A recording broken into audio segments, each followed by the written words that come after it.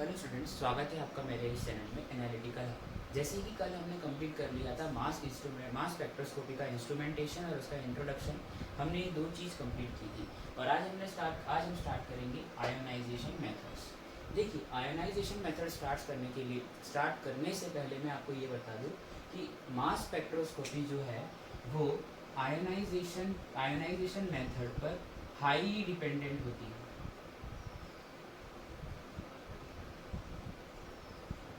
Dependent है क्यों?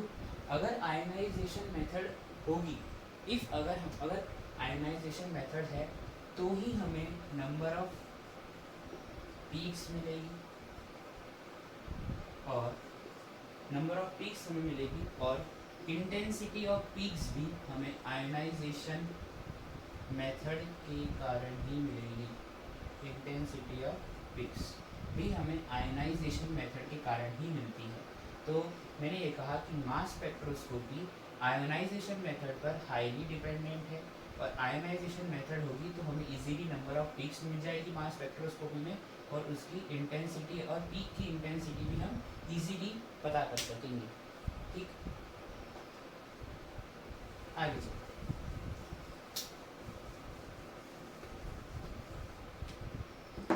Ionisation method जो है उसको 3 भाग में डिवाइड किया गया है।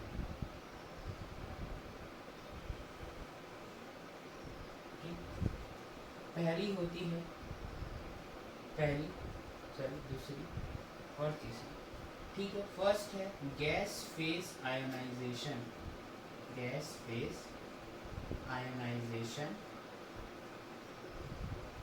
मेथड्स।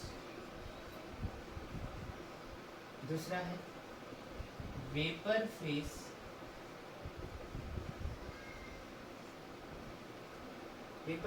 ना करते हुए हम इसे कर लेते हैं डिसॉर्प्शन आयोनाइजेशन मेथड कर लीजिए। वेपर तीसरा मिलेगा ना।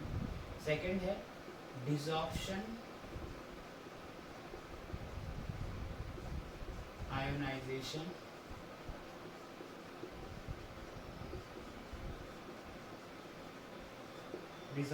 आयोनाइजेशन मेथड और लास्ट है इवापोरेटिव आयोनाइजेशन मेथड। ये 3 तरह की आयोनाइजेशन मेथड्स होती है मास स्पेक्ट्रोस्कोपी में, जिनको फर्दर डिवाइड किया गया है। जैसे कि गैस फेस आयोनाइजेशन 2 टाइप की होती है। केमिकल सबसे पहले अपन पढ़ेंगे इलेक्ट्रॉन आयोनाइजेशन और दूसरा है केमिकल आयोनाइजेशन। आज हम ये पूरा गैस फेस आयोनाइजेशन कंप्लीट करेंगे। तो गैस फेस आयोनाइजेशन में फर्स्ट होती है इलेक्ट्रॉन आयोनाइजेशन और दूसरा है chemical ionization. Desorption ionisation method में होता है FAB, फास्ट एटम बम्बार्डमेंट। दूसरा होता है माल्डी। ठीक, माल्डी का फुल फॉर्म है matrix assisted laser desorption ionization. फिर से बोल देता हूँ, matrix assisted laser desorption ionization. और एक टेक्निक और होती है जिसका नाम है FD, फील्ड डिसॉर्प्शन, सिर्फ फील्ड डिसॉर्प्शन। और लास्ट में होता है प्लाज्मा डिसॉर्प्शन। ठीक, तो डिसॉर्प्शन आयोनाइजेशन मेथड के में 4 टेक्निक्स होती है, FAB, माल्डी, FD और plasma desorption. Fast atom bombardment, matrix assisted laser desorption ionization, फिर FD टेक्निक फील्ड डिसॉर्प्शन और लास्ट में होता है प्लाज्मा डिसॉर्प्शन मेथड। उसी तरह से इवापोरेटिव मेथड को भी डिवाइड किया गया है। इसमें पहला है थर्मोस्प्रे आयोनाइजेशन, फिर atomic pressure chemical ionization, last में है एटॉमिक प्रेशर फोटो आयोनाइजेशन। ठीक, फिर से बता देता हूँ, आयोनाइजेशन मेथड को 3 पार्ट में क्लासिफाई किया गया है। पहला है गैस फेस आयोनाइजेशन, जिसको फर्दर क्लासिफाई किया है इलेक्ट्रॉन आयोनाइजेशन में और केमिकल आयोनाइजेशन में। डिसॉर्प्शन आयोनाइजेशन मेथड को फर्दर क्लासिफाई किया है FAB fast atom bombardment, MALDI matrix assisted laser desorption ionisation, FD field desorption and last plasma desorption.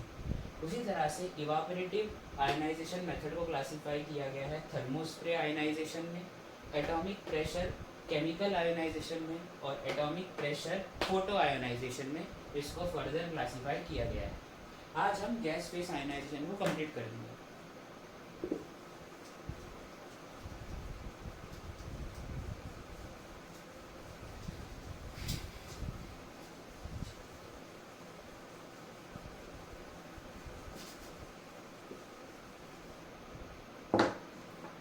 सबसे पहला है gas phase ionisation.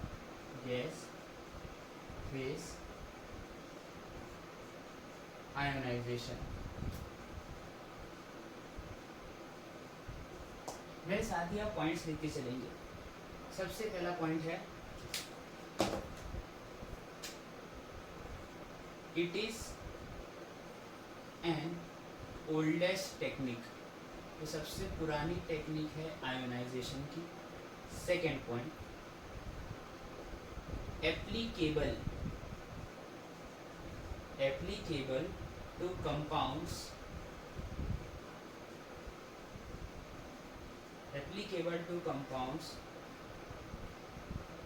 that have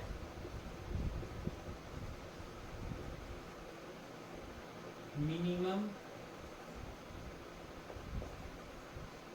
pressure of 10 raised to power minus 6 tau. Third, generally non-ionic organic compounds whose molecular weight less than 1000 is studied under this technique. Fourth point, in this method sample is first vaporized, sample is first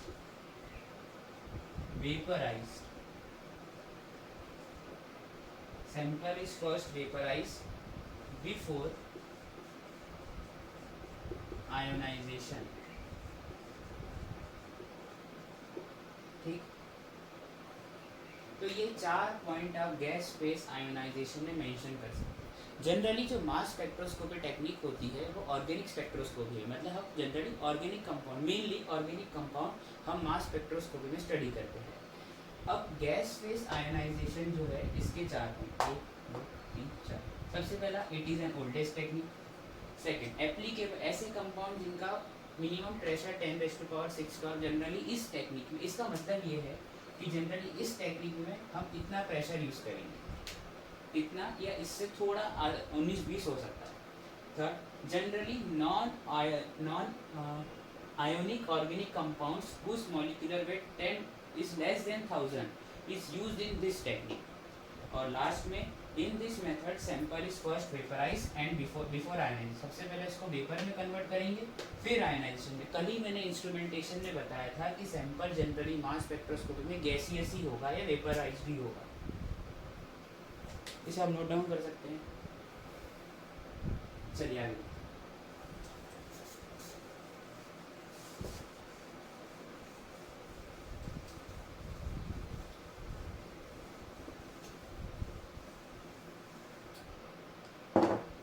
पढ़ेंगे gas phase ionisation का ही type जिसका नाम है electron ionisation.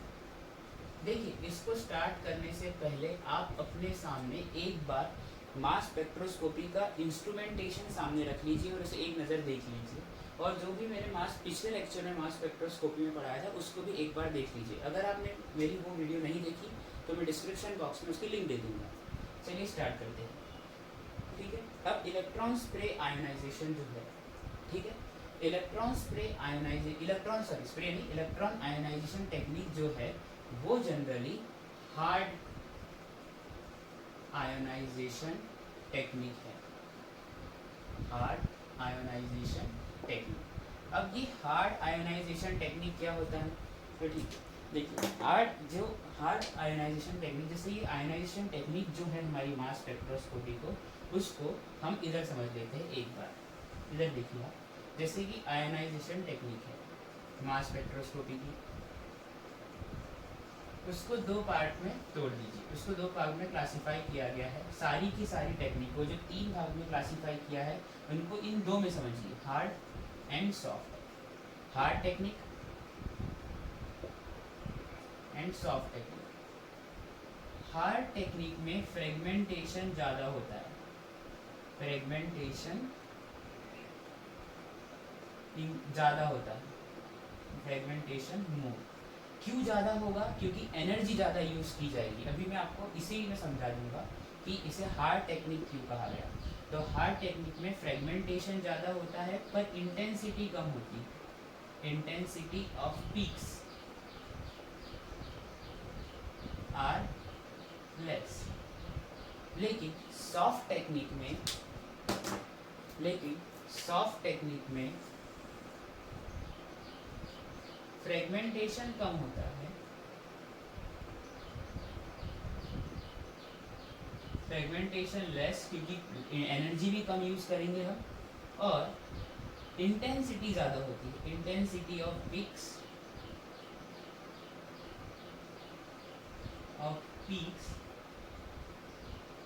मोर। ठीक, तो मैंने क्या कहा कि आयनाइजेशन टेक्निक को और इजीली समझने के लिए आप इसे दो भाग में क्लासिफाई कर दीजिए, हार्ड एंड सॉफ्ट। हार्ड में फ्रेगमेंटेशन ज़्यादा होगा, फ्रेगमेंटेशन का मतलब टूटना, ठीक है, और मॉलिक्यूल्स का अलग अलग होना, और इंटेंसिटी ऑफ पीक ज़्यादा मिलेगी। इंटेंसिटी ऑफ पीक हार्ड में कम होगी और सॉफ्ट में ज़्यादा होगी, पर फ्रेगमेंटेशन सॉफ्ट में कम होगा। ये आप समझ लीजिए, समझने के लिए बना लेंगे एक बार।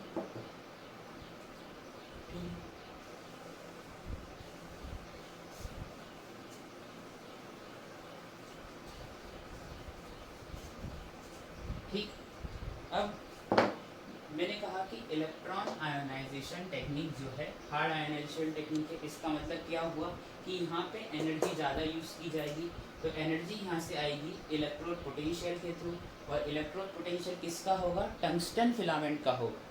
ठीक है, तो यहाँ पे कैसे होता है, अब हम इसको सिस्टमेटिक वे मिलती है। तो सबसे पहले मैंने गैस फेस आयोनाइजेशन में थर्ड पॉइंट लिखा था कि पहले सैंपल को वेपराइज किया जाता है, फिर इस पर इलेक्ट्रॉन का बम्बार्डमेंट किया जाता है, यही कहा था। ठीक है, तो देखिए second point here,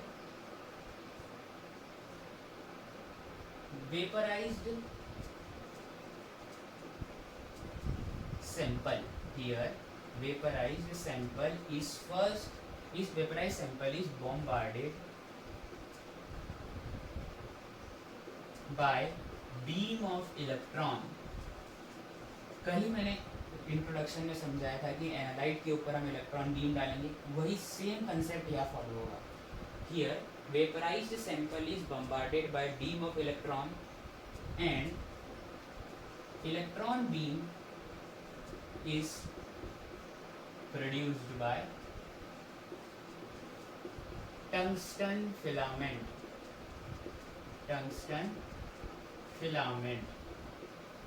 of potential 70 electron volt. ठीक है, इसे भी आप नोट कर लीजिए।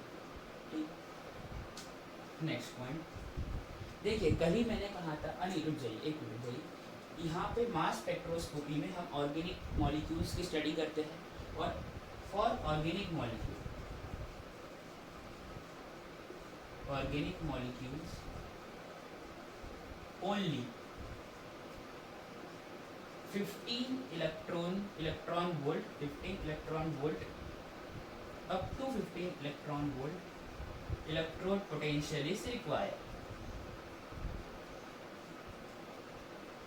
electrode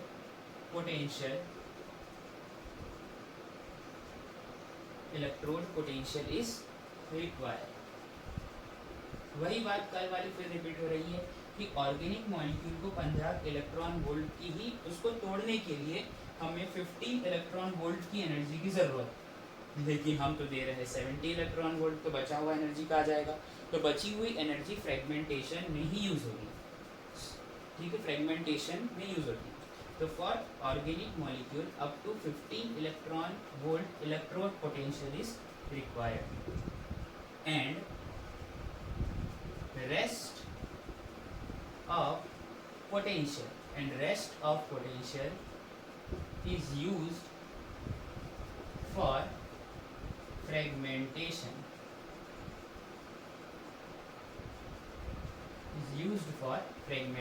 क्या कहा कि यहाँ पे ये एक हार्ड आयनाइजेशन टेक्निक है। यहाँ पे हम सैंपल पे इलेक्ट्रॉन की बीम बम्बार्ड करवाते हैं इलेक्ट्रॉन, और जो इलेक्ट्रॉन की बीम प्रोड्यूस होती है वो टंगस्टन फिलामेंट से प्रोड्यूस होती है, जिसका पोटेंशियल 70 इलेक्ट्रॉन वोल्ट है, इलेक्ट्रोड पोटेंशियल। यहाँ पे ऑर्गेनिक मॉलिक्यूल जनरली हम मास स्पेक्ट्रोस्कोपी में स्टडी करते हैं, जिनके लिए एनर्जी रिक्वायरमेंट है, इलेक्ट्रॉन पोटेंशियल की रिक्वायरमेंट है 15 इलेक्ट्रॉन वोल्ट, लेकिन इतनी ही ज़रूरत है, पर यहाँ पे 70 इलेक्ट्रॉन वोल्ट है, तो बचा हुआ जो एनर्जी इलेक्ट्रॉन वोल्ट होगा वो फ्रेगमेंटेशन में यूज होगा, fragmentation of molecular ion, fragmentation of molecular ions. ठीक है, ये आपने नोट डाउन कर लीजिए एक बार। यहाँ पे एक और point, pressure used is 10⁻⁻⁻6 torr, इतना प्रेशर यहाँ पे यूज किया जाता है। ठीक है, अब मैं इसको डायग्रामेटिकली आपको, अब मैं इसको ज़्यादा डायग्रामेटिकली एक्सप्लेन कर देता हूँ।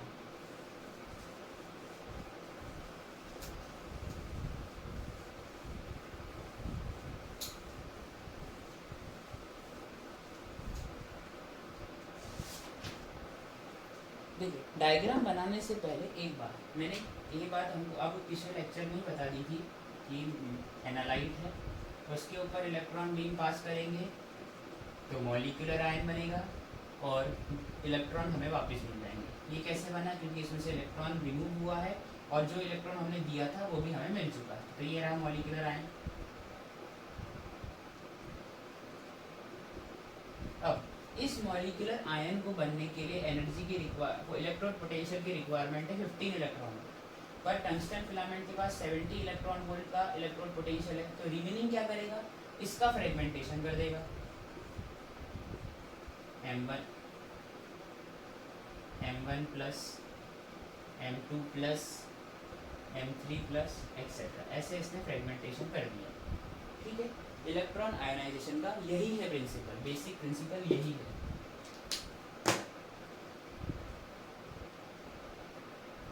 ठीक है, अब हम डायग्राम देखते हैं। देखिए, डायग्राम बिल्कुल सेम रहेगा जो कल हमने बनाया था। देखिए, सबसे पहले हमने बनाया था आयोनाइजेशन चेम्बर। ठीक है, आयोनाइजेशन चेम्बर बनाया था सबसे पहले हमने।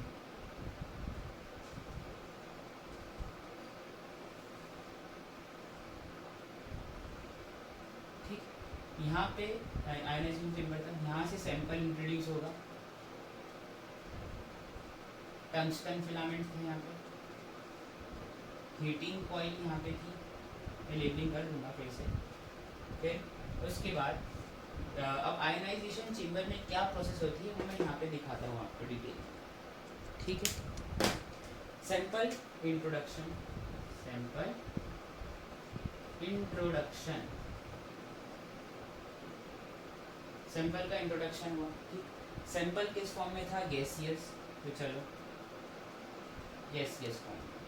ठीक है, ये सैंपल है, मैंने ऐसे बना दिया क्योंकि इस पर मुझे इलेक्ट्रॉन बीम गिरानी है। ठीक है, तो अब मैं इसके ऊपर इलेक्ट्रॉन बीम पास करूँगा। ये इलेक्ट्रॉन बीम जा रही है यहाँ से, सेम यहाँ से भी। ठीक है, ये हीटिंग कॉइल है, हीटिंग, ये टंगस्टन फिलामेंट है, टंगस्टन फिलामेंट जिसका इलेक्ट्रोड पोटेंशियल है 70 इलेक्ट्रॉन वोल्ट। ठीक है, क्या कहा था, जब भी एनालाइट पे इलेक्ट्रॉन बीम टकराएगी तो मॉलिक्यूलर आयन बन जाएगा। ये बन गया मॉलिक्यूलर आयन। कितनी इलेक्ट्रोड पोटेंशियल की रिक्वायरमेंट थी, 15 इलेक्ट्रॉन वोल्ट की। ठीक, रिमेनिंग क्या करेगा, fragmentation, M1 plus M2 plus M3 plus, ये किया इसने यहाँ पे फ्रेगमेंटेशन।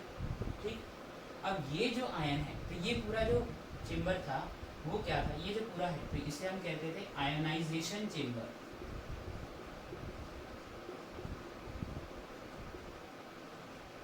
ठीक, तो ये इतना पार्ट था आयोनाइजेशन चेम्बर। आयोनाइजेशन चेम्बर में हमें फ्रेगमेंट्स मिल चुके हैं। ठीक है, अब ये फ्रेगमेंट्स आगे जाएंगे सारे। ठीक है, और आगे वाला चेम्बर जो होता था उसे हम कहते थे एक्सेलरेशन चेम्बर। आप देख सकते हैं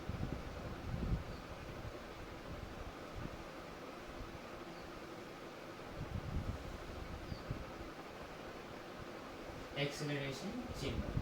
ठीक है, मैंने ये भी कहा था कल कि एक्सेलरेशन चेम्बर में इलेक्ट्रोड्स प्रेजेंट होते हैं, इलेक्ट्रोड्स प्रेजेंट होते हैं। इन इलेक्ट्रोड का क्या काम है, जो सुटेबल मॉलिक्यूलर वेट के आयंस होंगे वही पास होंगे,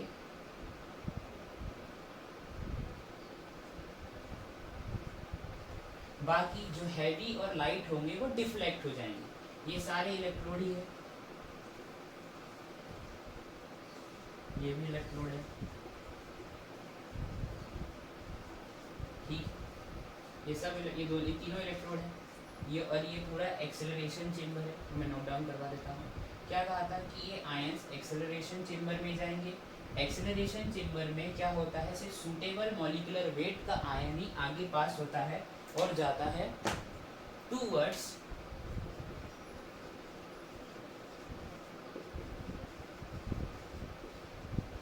मास एनालाइजर। कल ही मैंने आपको मास एनालाइजर के नाम लिखा दिए है, टाइप्स ऑफ मास एनालाइजर।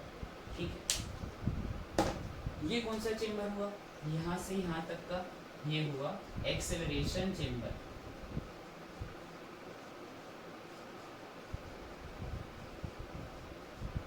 ये स्लिट ए, ये स्लिट बी और ये स्लिट सी। ठीक है, ए से बी आयोनाइजेशन चेम्बर, बी से सी एक्सेलरेशन चेम्बर। तो यही है इलेक्ट्रॉन आयोनाइजेशन का डायग्राम। ठीक है, ठीक है, आपने इसको नोट डाउन कर लिया होगा। अब मैं आपको फिर से एक बार समझा देता हूँ। सबसे पहले सैंपल इंट्रोड्यूस किया गया। सैंपल इंट्रोड्यूस करने पर उसके ऊपर हमने इलेक्ट्रॉन बीम डाली। इलेक्ट्रॉन बीम कहाँ से निकली, टंगस्टन फिलामेंट से। और ये जो टंगस्टन फिलामेंट है इसका इलेक्ट्रोड पोटेंशियल 70 इलेक्ट्रॉन वोल्ट है। ठीक है, उसमें से हम सिर्फ 15 इलेक्ट्रॉन वोल्ट यूज़ करते हैं ऑर्गेनिक मॉलिक्यूल के लिए, और मॉलिक्यूलर आयन का फॉर्मेशन हो जाता है। बचे हुए इलेक्ट्रॉन वोल्ट का क्या काम है, फ्रेगमेंटेड आयंस बनाना। ये जो फ्रेगमेंटेड आयंस है एक्सेलरेशन चेम्बर में जाएंगे। एक्सेलरेशन चेम्बर में जाकर क्या होता है, सिर्फ सूटेबल आयंस का ही आगे ट्रांसफर होता है जिनका मॉलिक्यूलर वेट सही हो, मतलब एग्जैक्ट। जो ज़्यादा या कम होते हैं वो डिफ्लेक्ट हो जाते हैं और फिर आगे जो मॉलिक्यूल है हमारा मास एनालाइजर की तरफ चला जाता है। इसे आप नोट डाउन कर लीजिए। अब हम पढ़ेंगे केमिकल आयोनाइजेशन टेक्निक।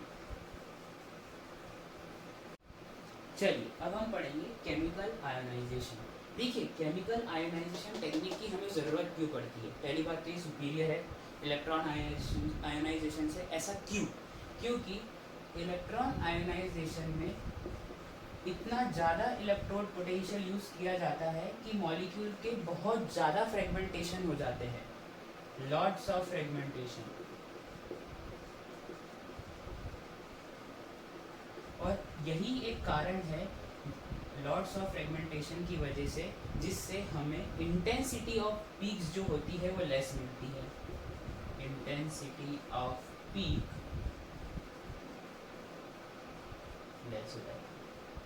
ठीक है, बराबर, क्योंकि फ्रेगमेंटेशन ही इतना ज़्यादा है तो हम हर एक मॉलिक्यूल के फ्रेगमेंट को टेस्ट करने के लिए हमारे पास बहुत मुश्किल हो जाती है, इसलिए हमने केमिकल आयनाइजेशन मेथड का यूज़ करना स्टार्ट किया।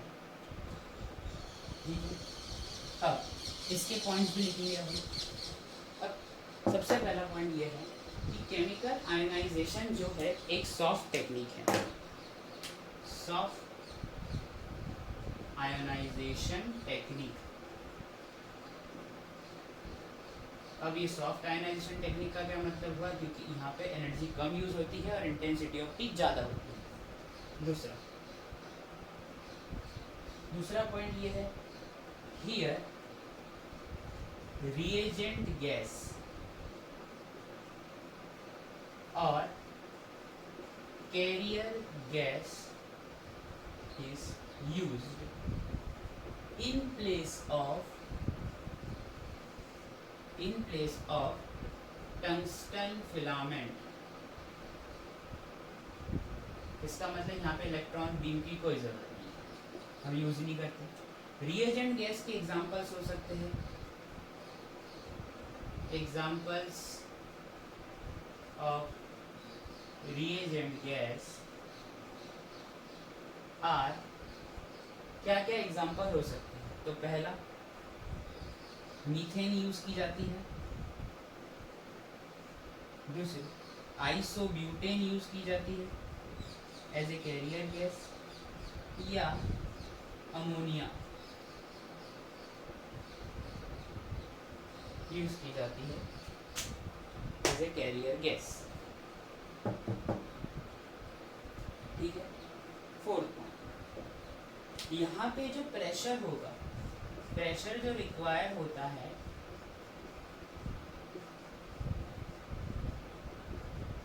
इस 1 टॉर, 1 टॉर का प्रेशर हमें चाहिए। ठीक है, अब इतना नोट कर लीजिए। चलो,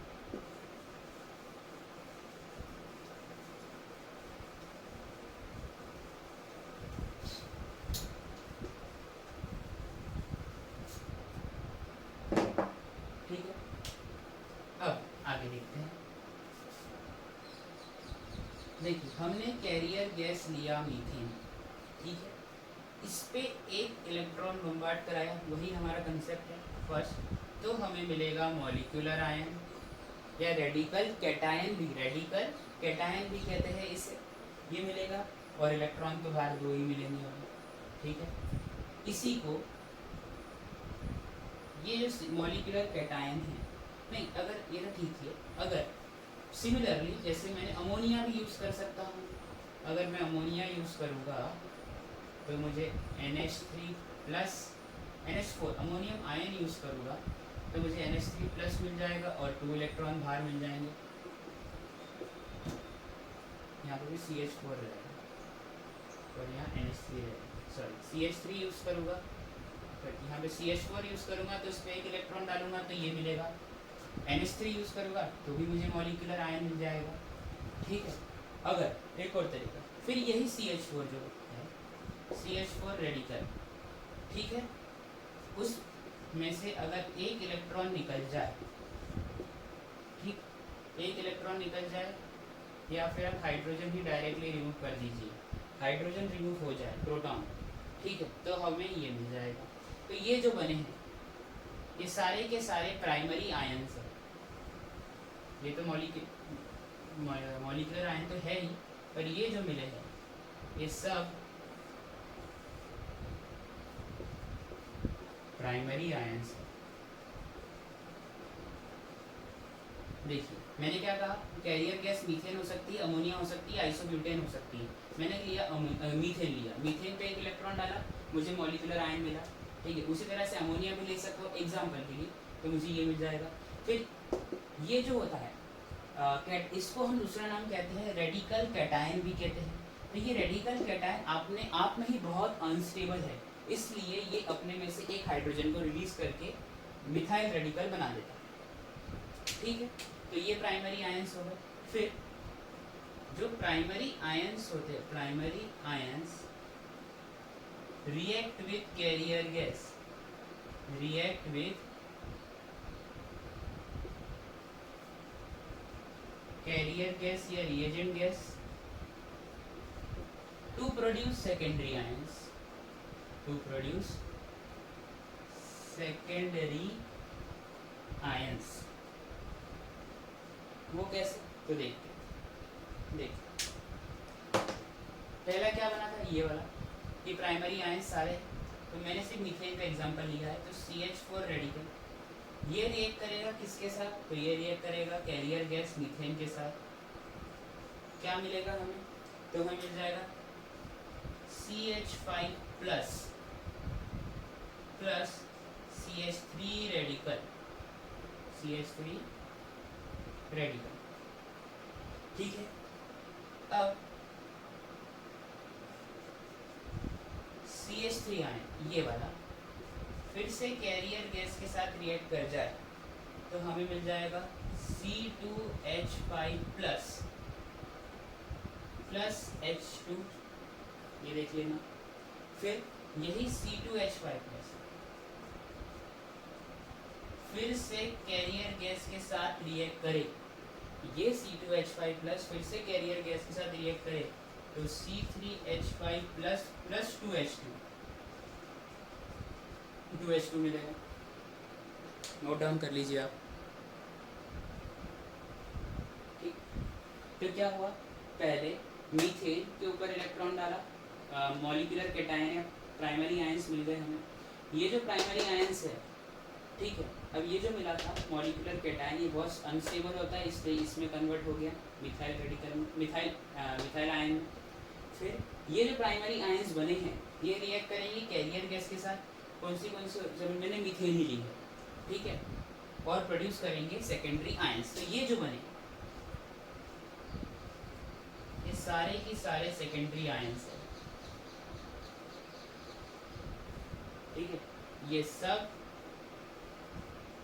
सेकेंडरी आयंस है।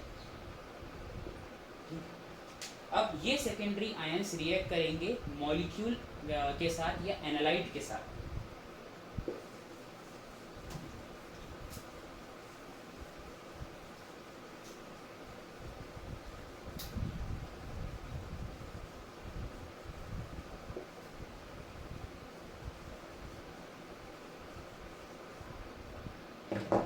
ठीक, अब मैंने क्या कहा कि ये जो सेकेंडरी आयंस प्रोड्यूस हुए हैं वो रिएक्ट करेंगे किसके साथ, मॉलिक्यूल के साथ या हमारे एनालाइट के साथ, ठीक है।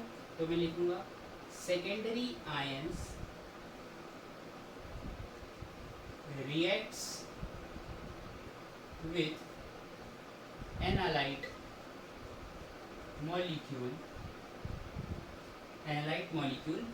इन 3 ways, इन 3 ways, 3 तरह से रिएक्ट करते हैं।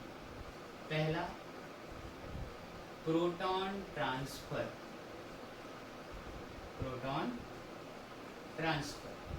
इस मेथड से रिएक्ट कर सकते हैं। अब देखिए प्रोटॉन ट्रांसफर में होता है क्या, मैंने लिया एनालाइट का मॉलिक्यूल प्लस, इस पे मैंने सेकेंडरी आयन जो पहला बना था CH5 प्लस वो दे दिया। अब प्रोटॉन ट्रांसफर का मतलब क्या हुआ, इस आयन में, इस केटायन में से एक हाइड्रोजन एनालाइट के मॉलिक्यूल को मिल जाए, तो MH ये हुआ,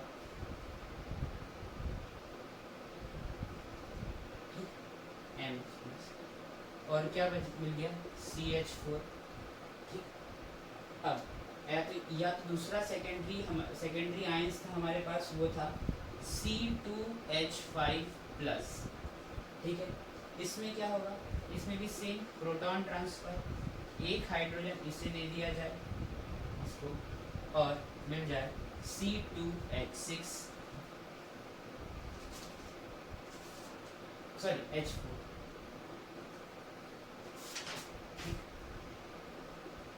या C3H5 हो प्लस। अब इसमें क्या होगा, इसमें भी सेम कंडीशन हो सकती है MH प्लस और C3H4, देख लीजिए। अब इनको बैलेंस करके देख सकते हैं, ये अल्काइन है, ये अल्कीन है, ये अल्केन है, देख लेंगे। या तो फिर एक बार ये भी हो सकता है C4H9 प्लस है, अब इसमें क्या होगा, MCH3 मिथाइल का ही ट्रांसफर हो जाए, प्रोटॉन ट्रांसफर, तो प्रोटॉन तो ये प्रोटॉन ट्रांसफर हो गया, पर यहाँ पे देखिए मिथाइल का ही ट्रांसफर भी हो सकता है, और इसमें से अगर CH3 चला जाए तो क्या बचेगा, C3 और H6, ठीक, ये हो गया। अब ये देखिए, ये जितने भी MH और MH है, इसको मैं इस तरह से लिख सकता हूँ, ये जितने भी MH बने हैं इसको मैं इस तरह से लिख सकता हूँ, M1 प्लस 1 मतलब हाइड्रोजन का एटॉमिक मास आ गया, ठीक है, ये मैंने लिखा। उसी तरह से एटॉमिक वेट ही समझ लीजिए 1 है, ठीक। तो M और 1 इनको इससे हम कहते हैं क्वासी मॉलिक्यूल, क्वासी मॉलिक्यूल, ठीक है। क्वासी मॉलिक्यूल का मतलब क्या हुआ, समझ लीजिए किसी मानने के लिए किसी कंपाउंड का मॉलिक्यूलर वेट है 20, तो क्वासी मॉलिक्यूलर आयन कितना होगा, क्वासी मॉलिक्यूलर आयन में कितना हो जाएगा, तो उसमें एक 1 जोड़ दीजिए तो 21, यही है quasi molecular ion, quasi molecule, ठीक है। M और किसी भी एटॉमिक वेट में 1 का जुड़ जाना वही क्वासी मॉलिक्यूल होगा, ठीक है। आगे चलो, इसी तरह से इसको हम क्या लिख सकते हैं, M15, क्यों, क्योंकि इसमें मॉलिक्यूलर वेट इसका जो है वो 15 है मिथाइल का। अगर समझ लीजिए किसी मॉलिक्यूल का वेट 20 है और इसमें फिर प्लस 15 जोड़ जाए, 15 जोड़ दिया जाए तो नया मॉलिक्यूलर वेट कितना बनेगा, 35, इसी तरह से, ठीक है। तो सेकेंडरी आयन रिएक्ट करते हैं एनालाइट मॉलिक्यूल में 3 तरीके से, उसमें से पहला तरीका है प्रोटॉन ट्रांसफर, ठीक है, जिसमें हमने देखा क्वासी मॉलिक्यूल आयन किससे बनते हैं, कैसे बन रहे हैं। नेक्स्ट है हाइड्राइड ट्रांसफर,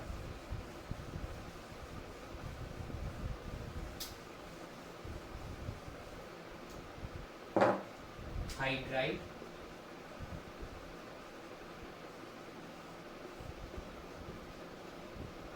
ट्रांसफर। सबसे पहले जान लीजिए हाइड्राइड मतलब H नेगेटिव, ठीक है, H नेगेटिव, बराबर।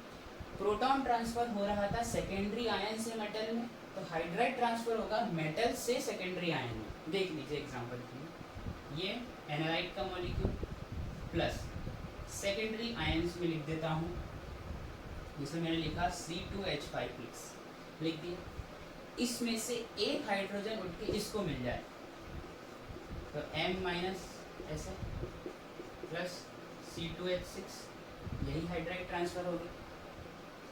Same M plus C4H9 plus, इसमें से एक हाइड्रोजन निकल जाए, ठीक, तो ये बन जाएगा C4H10,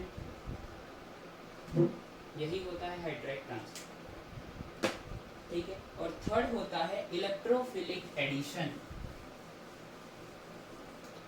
थर्ड है इलेक्ट्रोफिलिक एडिशन, इलेक्ट्रोफिलिक। अब इलेक्ट्रोफाइल मतलब जिसके ऊपर पॉजिटिव चार्ज प्रेजेंट हो, इलेक्ट्रोफाइल मतलब जिसके ऊपर पॉजिटिव चार्ज प्रेजेंट हो, ठीक है।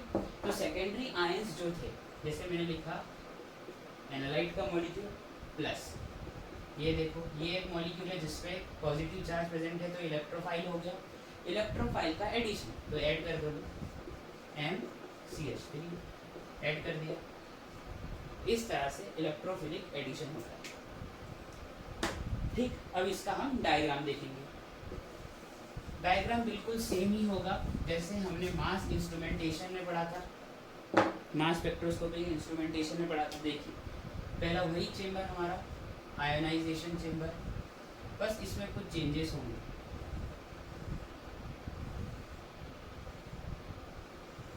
देखिए हीटिंग कॉइल अपनी जगह रहेगी, बस चेंज होगा तो यहाँ पे आ जाएगा carrier gas source, carrier gas source, ठीक है, कैरियर गैस सोर्स, ठीक। हीटिंग कॉइल, यहाँ से सैंपल इंट्रोड्यूस हुआ, ठीक है, यहाँ से गैस रिलीज हो रही है, ठीक, ये गैस मॉलिक्यूल से टकराती है और अल्टीमेटली बन क्या रहा था, तो अल्टीमेटली यही तो बन रहा है MH+, या H की जगह CH3 भी हो सकता है, मतलब प्राइमरी आयन बनने के बाद सेकेंडरी आयन बने, सेकेंडरी आयन ने मॉलिक्यूल के साथ रिएक्शन की, एनालाइट के मॉलिक्यूल के साथ तीन तरीके से प्रोटॉन ट्रांसफर, हाइड्राइड ट्रांसफर और इलेक्ट्रोफिलिक एडिशन, पर अल्टीमेटली सबका रिजल्ट यही बन रहा है, यही बनेगा, यही चलेगा आगे।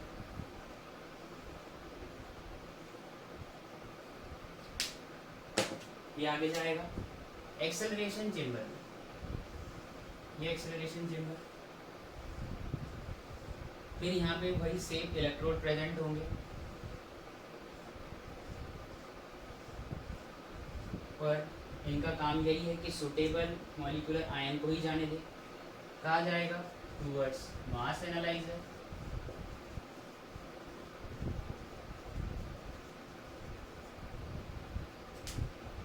यहाँ से सैंपल इंट्रोडक्शन,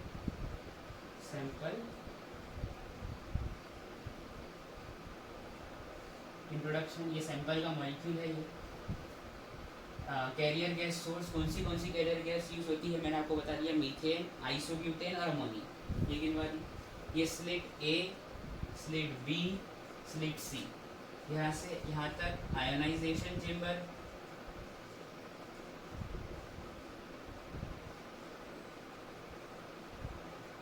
और ये लास्ट वाला एक्सेलरेशन चेंबर।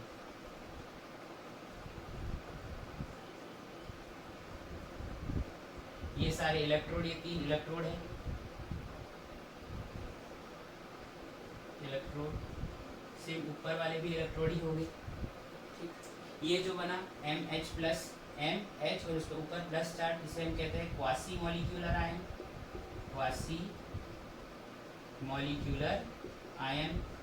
क्या मतलब था क्वासी मॉलिक्यूलर आयन में, किसी के मॉलिक्यूल जैसे कोई मॉलिक्यूल है उसके एटॉमिक वेट में 1+ कर दिया जाए तो क्वासी मॉलिक्यूलर आयन, यही हुआ। अब डायग्राम नोट डाउन कर लीजिए, ये डायग्राम है केमिकल आयनाइजेशन। ठीक है स्टूडेंट्स, अगर आपको मेरा लेक्चर पसंद आया तो प्लीज़ लाइक कीजिए, कमेंट कीजिए, सब्सक्राइब कीजिए और शेयर कीजिए, और वो बेल आइकन को भी ज़रूर दबा देना, जिससे आपको मेरे वीडियो की नोटिफिकेशन प्रॉपरली मिलते रहेंगे। My name is Kapil and I thank you so much for watching.